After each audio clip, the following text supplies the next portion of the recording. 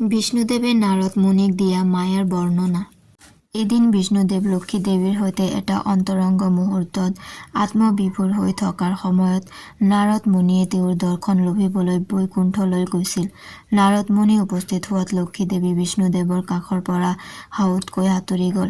তাকে দেখি নাৰদ মুনিয়ে বিষ্ণুদেৱক সুধিলে, হে প্ৰভু জগতগুৰু, মই কোনো দুষ্ট বা লোভী নেকি? মই এজন জিতেন্দ্ৰিয় তপস্বী। আনকি মই ক্ৰোধ আৰু মায়াকো পৰাজিত কৰিছো। লক্ষ্মীদেৱীয়ে মোক দেখাৰ লগে লগে কিয় আপোনাৰ কাষৰ পৰা আঁতৰি গল মই বুজি নাপালো। তেতিয়া বিষ্ণুদেৱে নাৰদ মুনিক কলে, তুমি কৈছা যে মায়াক পৰাজিত কৰিছা, এনে কথা কেতিয়াও নকবা। কিয়নো আহাৰ বিহাৰ পৰিহাৰ কৰি ইন্দ্ৰিয় পৰাজিত কৰিব পাৰি। পৰম জ্ঞানী যোগীসকলে প্ৰাণবায়ুকো নিয়ন্ত্ৰণ কৰিব পাৰে, কিন্তু তেওঁলোকেই হওক বা দেৱতাই হওক, কোনেও মায়াক জয় কৰিব পৰা নাই আৰু কোনো কালে নোৱাৰেও।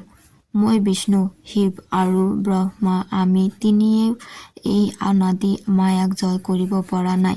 তেনেস্থলত তুমি কেনেকৈ পাৰিবা? ভগৱান বিষ্ণুৰ কথা শুনি নাৰদ মুনি আচৰিত হল। তেওঁ বিষ্ণুদেৱক উদ্দেশি কলে, প্ৰভু, মোৰ এই মায়া সম্পৰ্কে জানিবলৈ ইচ্ছা হৈছে। মায়ানো কি আৰু ইয়াৰ ৰূপ কেনেকুৱা, মই দৰ্শন কৰিবলৈ ইচ্ছা কৰো। তেতিয়া ভগৱান বিষ্ণুৱে নাৰদক কলে, হে দেৱৰ্ষি নাৰদ, মায়াক জয় কৰিব পৰা শক্তি কাৰো নাই। তেওঁৰ ৰূপ বহু ধৰণৰ। তুমি যদি মায়াক চাব খোজা, গৰুড়ৰ পিঠিত আৰোহণ কৰা, মই তোমাক মায়া দেখুৱাবলৈ নিম। মই তোমাক অজেয় মায়া দেখুৱালে তুমি কিন্তু দুখ নকৰিবা। এইদৰে কৈ বিষ্ণুদেৱে গৰুড়ক স্মৰণ কৰিলে। গৰুড় আহি তেওঁৰ সন্মুখত উপস্থিত হল। গৰুড়ৰ পিঠিত দুয়ো উঠি পৃথিৱীৰ নানা ধৰণৰ নদ নদী গাঁও চহৰৰ ওপৰেদি উৰি গৈ কান্যকুঞ্চন ৰজাৰ ৰাজ্যত উপস্থিত হল। তাত তেওঁলোকে এটি দিব্য সৰোবৰ দেখা পালে। সৰোবৰৰ বুকুত সুগন্ধি পদুম ফুল ফুলি আছিল। সৰোবৰৰ পানীত নানা ধৰণৰ জলচৰ পক্ষীয়ে সাঁতুৰি আছিল। সেই সৰোবৰৰ পানী অতি নিৰ্মল। চাৰিওফালে ধুনীয়া সুগন্ধি ফুলে বতাহত হালি জালি নাচি থাকি সৰোবৰৰ শোভা বঢ়াইছিল। তাকে দেখি বিষ্ণুদেৱে নাৰদক কলে, চোৱাচোন নাৰদ, সৰোবৰটি ইমান ধুনীয়া, পানী স্বচ্ছ আৰু গভীৰ। আমি ইয়াতে নামি গা পা ধুই খন্তেক জিৰণি লৈ কান্যকুঞ্চন নগৰত প্ৰৱেশ কৰাটো ভাল হব। তেওঁলোক দুয়ো গৰুড়ৰ পিঠিৰ পৰা নামিল। সৰোবৰৰ পাৰত থকা এজোপা ডাঙৰ গছৰ তললৈ গৈ বিষ্ণুদেৱে নাৰদ মুনিক কলে, তোমাৰ বীণাখন পাৰতে থৈ তুমি প্ৰথমে সৰোবৰৰ পানীত নামি স্নান কৰি আহাগৈ। তুমি অহাৰ পাছত মই কৰিম। বিষ্ণুদেৱৰ নিৰ্দেশত নাৰদ মুনিয়ে বীণাখন পাৰত থৈ স্নান কৰিবলৈ আনন্দ মনেৰে পানীত নামিল। স্নান কৰি সৰোবৰৰ পৰা নাৰদ মুনি পাৰলৈ উঠি আহি নিজকে পুৰুষৰ সলনি এগৰাকী সুন্দৰী যুৱতীৰ ৰূপত আৱিষ্কাৰ কৰিলে। তেওঁ আচৰিত হৈ বিষ্ণুদেৱৰ ফালে চালে, কিন্তু বিষ্ণুদেৱক তেওঁ দেখা নাপালে। আনকি পাৰত থৈ যোৱা তেওঁৰ বীণাখনো অন্তৰ্ধান হল। নাৰদ মুনি দুধুৰ মধুৰত পৰিল। খন্তেক পিছতে তেওঁ মন কৰিলে যে তেওঁ স্নান কৰা সৰোবৰটো অদৃশ্য হৈ পৰিল। উপায়হীন হৈ তেওঁ কাৰোবাৰ আশ্ৰয় পাম নেকি বুলি ভাবিবলৈ ধৰিলে। এনেতে তেওঁ এজন সুন্দৰ যুৱকক নিজেই ৰথ চলাই তেওঁৰ ফালে আহি থকা দেখা পালে। ওচৰলৈ আহি তেওঁ নিজকে কান্যকুঞ্চৰ ৰজা বুলি আগেয়ে পৰিচয় দিলে আৰু তেওঁৰো পৰিচয় বিচাৰিলে। ৰজাই যুৱতীৰূপী নাৰদ মুনিক সুধিলে, হে অপূৰ্ব সুন্দৰী, এই অৰণ্যৰ মাজত অকলে অকলে কিয় বিচৰণ কৰি আছা? তুমি বিবাহিতা নে কুমাৰী? যদি তুমি ইচ্ছা কৰা মোক স্বামী বৰণ কৰিব পাৰা, মই তোমাক মহাৰাণী পাতিম। ৰজাৰ কথা শুনি যুৱতীয়ে একো পৰিচয় দিব নোৱাৰিলে। তেওঁ মাত্ৰ জনালে যে তেওঁ বৰ্তমান নিৰাশ্ৰয়া। ভাগ্যত যি লিখা আছে সেয়ে হব বুলি তেওঁ ৰজাৰ প্ৰস্তাৱ গ্ৰহণ কৰিলে, কাৰণ তাৰ বাহিৰে যুৱতীৰ আৰু একো উপায় নাছিল। ৰজাই সকলো বুজি পাই যুৱতীক সসন্মানে ৰাজ্যলৈ লৈ গল। যুৱতীৰ ইচ্ছা অনুসৰি ৰাজকীয় বিধিমতে দুয়োৰে বিবাহ সম্পন্ন হয়। কিছুদিন যোৱাৰ পাছত তেওঁ ৰজাৰ প্ৰিয় পাত্ৰী হৈ পৰিল।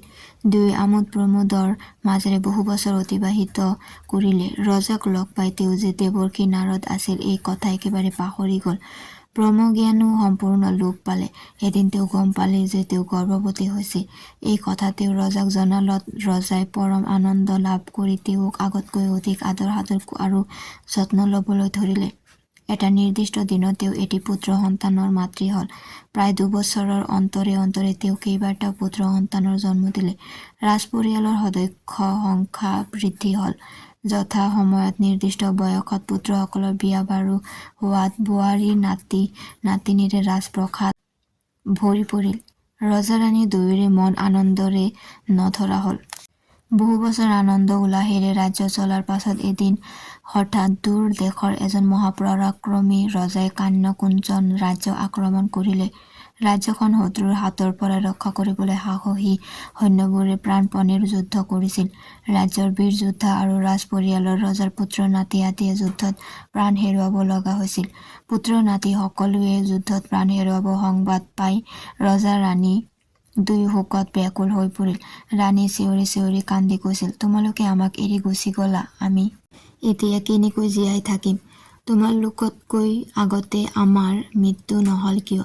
শোকত ভাগি পৰি তেওঁ যুদ্ধত মৃত্যু হোৱা পুত্ৰ নাতিক এজন এজনকৈ বিচাৰিবলৈ ধৰিলে। এনে সময়তে ভগৱান বিষ্ণুৱে ছদ্মবেশ ধৰি এজন বুঢ়া ব্ৰাহ্মণ ৰূপে আহি ৰাণীক ক'লে, হে বৃদ্ধা, তুমি ইমান আউলি বাউলি হৈ কিয় কান্দি আছা? পতিপুত্ৰ গৃহ আদি এই সকলোবোৰ মায়া। ভাবি চোৱাচোন, তুমিনো কোন বা তোমাৰ পুত্ৰ নাতিয়েই বা কোন?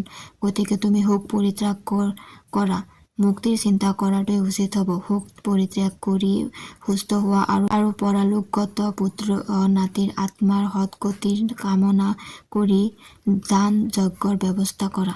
ৰাণীয়ে ব্ৰাহ্মণৰূপী বিষ্ণুৰ কথা শুনি যুদ্ধত নিহতসকলৰ আত্মীয়ৰ লগত তীৰ্থলৈ গমন কৰিলে।